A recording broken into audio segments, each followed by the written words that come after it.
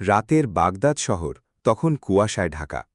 পুরনো এক মসজিদের পাশে থাকতেন বৃদ্ধ ক্যালিগ্রাফার আব্দুল হাকিম।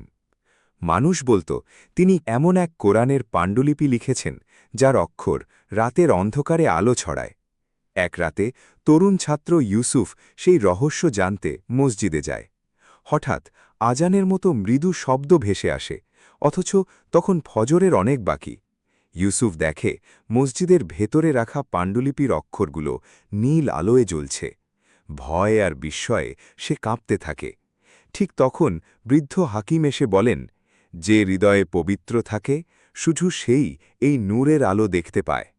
পরদিন সকালে মানুষ জানতে পারে বৃদ্ধ হাকিম রাতেই ইন্তেকাল করেছেন, কিন্তু আশ্চর্যের বিষয় সেই আলোকিত পাণ্ডুলিপি আর কখনো খুঁজে পাওয়া যায়নি। আজও বাগদাদের পুরনো অলিগলিতে মানুষ বলে গভীর রাতে সেই মসজিদ থেকে রহস্যময় নূরের আভা দেখা যায়।